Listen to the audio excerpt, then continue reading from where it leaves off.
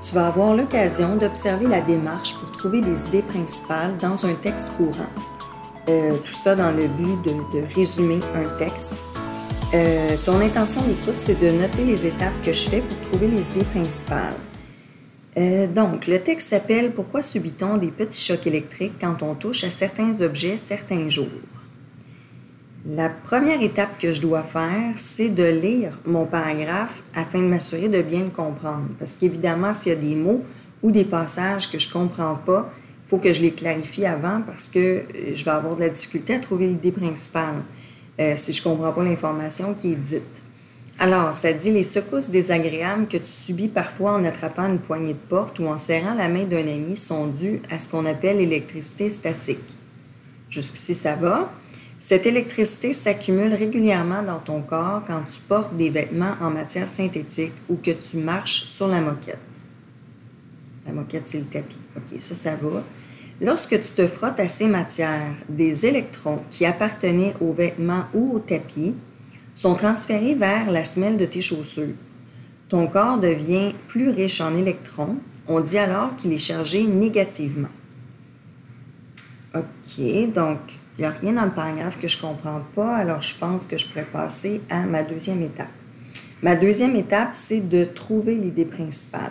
Il y a deux options qui peuvent se présenter, c'est-à-dire que l'idée principale, elle peut être dite explicitement dans le paragraphe et c'est ça, je pourrais repérer cette phrase-là qui reprend l'essentiel de l'information du paragraphe.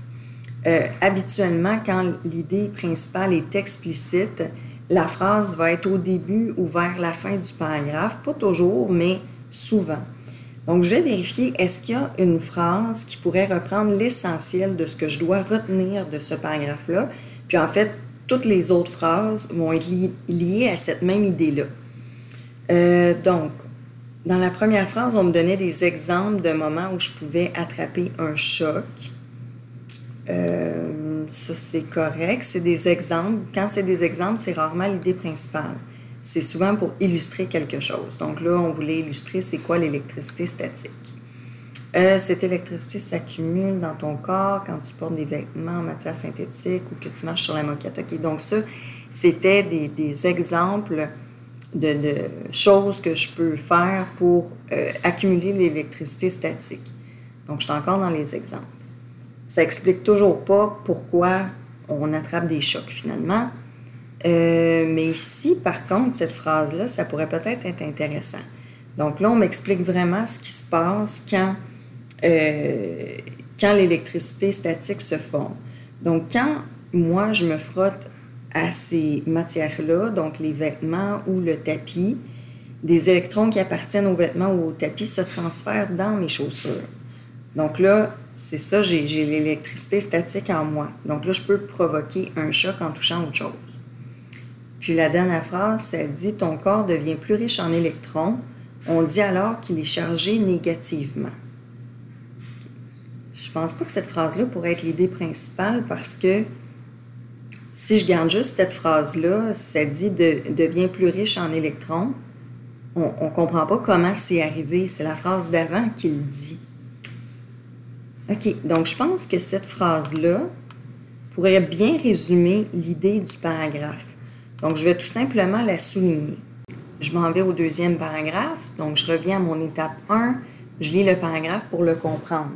OK, donc je comprends bien le paragraphe, ça va. Donc, étape 2, trouver l'idée principale. Est-ce que j'ai une phrase qui reprend l'essentiel du paragraphe, qui serait logiquement au début ou à la fin du paragraphe? La première phrase, ça disait « La moquette ou le vêtement qui a cédé ses électrons se charge positivement ».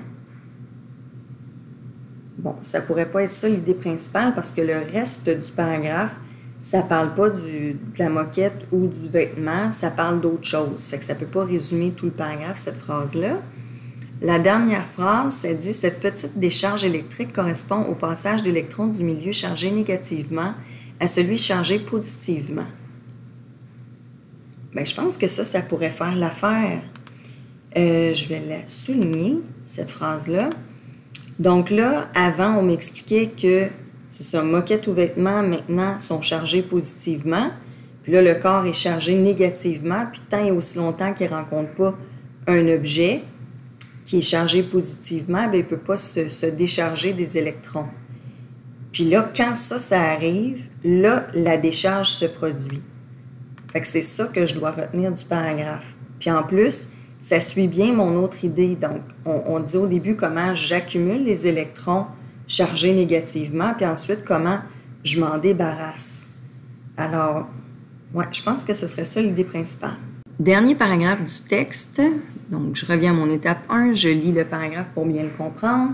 Tu as remarqué qu'en hiver, ces chocs électriques sont plus nombreux et intenses qu'en été. C'est vrai que ça arrive plus souvent. C'est que l'été, l'air est humide et l'électricité y circule plus facilement. Les décharges se produisent donc rapidement, même lorsqu'il y a très peu d'électrons d'accumuler. Ces décharges sont si subtiles que tu ne les sens pas. Okay? Donc, il y en a quand même, mais c'est très, très petit. L'hiver, par contre, l'air sec est un meilleur isolant. Une grande quantité d'électrons doit s'accumuler pour franchir cette barrière, ce qui produit au final une décharge plus forte. Celle-là, tu la sens. OK, donc j'ai très bien compris le paragraphe, ça va. Deuxième étape, je vais regarder si j'ai une phrase qui reprend l'essentiel de ce paragraphe-là. Donc, tu as remarqué qu'en hiver, ces chocs électriques sont plus nombreux et intenses qu'en été. Bon, je pense pas que c'est l'idée principale parce que, bon, ça énonce un fait, mais ça explique pas pourquoi. Donc, c'est pas ce que je dois retenir du paragraphe. Si je veux vraiment savoir ce qui se passe, je dois lire le reste. OK, puis la dernière phrase, une grande quantité d'électrons doit s'accumuler pour franchir cette barrière, ce qui produit au final une décharge plus forte. Celle-là, tu la sens. Ouais, mais là, cette phrase-là, elle parle juste de l'hiver. J'ai l'impression que dans ce paragraphe-là, on parle de deux choses différentes. On parle de l'hiver, comment ça se passe, puis de l'été. Donc, je pense pas que je vais pouvoir trouver une phrase qui va résumer l'ensemble du paragraphe. Ça veut dire que l'idée principale, elle est implicite. Elle n'est pas nommée clairement dans une phrase. Je vais devoir procéder autrement. Je vais sélectionner des mots-clés, puis je vais me servir de ces mots-clés-là pour formuler mon idée principale dans la marge. OK, on dit en hiver, c'est différent d'en été, d'accord? Donc, l'été, l'air humide, OK, l'électricité circule plus facilement. Donc, ça, c'est à retenir. Les décharges se produisent donc rapidement, même lorsqu'il y a très peu d'électrons d'accumuler. OK, je n'ai pas envie de retenir de mots-clés ici. Par contre, on disait que les décharges sont subtiles en été. Donc, on ne les sent pas. L'hiver, c'est différent. L'hiver, l'air est sec. Puis, c'est un meilleur isolant. OK? Puis, OK, donc une grande quantité d'électrons doit s'accumuler. Puis, ça donne une décharge plus forte. OK. Maintenant que j'ai mes mots-clés, je vais pouvoir formuler mon idée principale dans la marge. Je peux le faire de différentes façons. Je peux formuler une phrase complète. Je peux utiliser des mots-clés, des symboles. C'est vraiment à mon goût. Donc, OK.